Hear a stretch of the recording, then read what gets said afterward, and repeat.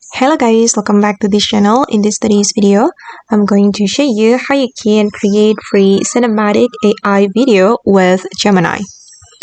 Okay, let's get into it guys. First of all, you need to visit gemini.google.com and then you're going to ask Gemini to create AI video for you.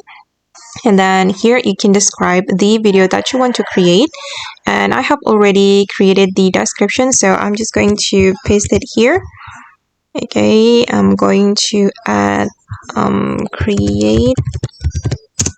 Alright, and then once you're done, you can click on video here, and after that you're going to click on submit.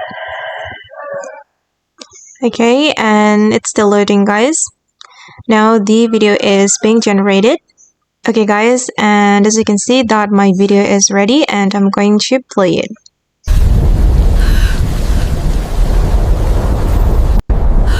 That's so cool.